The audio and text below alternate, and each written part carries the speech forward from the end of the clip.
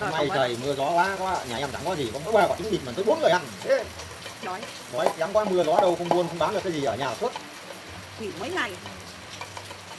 Trời mưa trời gió đấy, chỉ có thế, chỉ có đây. Có mỗi 3 quả trứng, 4 người ăn. Quả trứng 4 người ăn. Ê. Thơm ơi. Quen nuôi cháy rồi kìa. Mắt kém thì không nhìn thấy.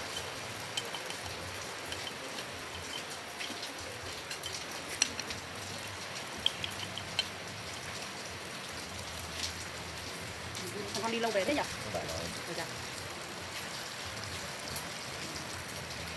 Không ngờ gì đấy. Chán ra vòng quanh chảo đi cho nó đấy kìa, thành cái nó cháy mất rồi, thành ở ngoài bia đó.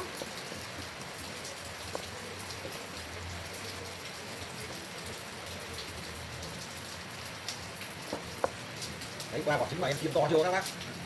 Ngập chảo luôn. Ngập chảo luôn.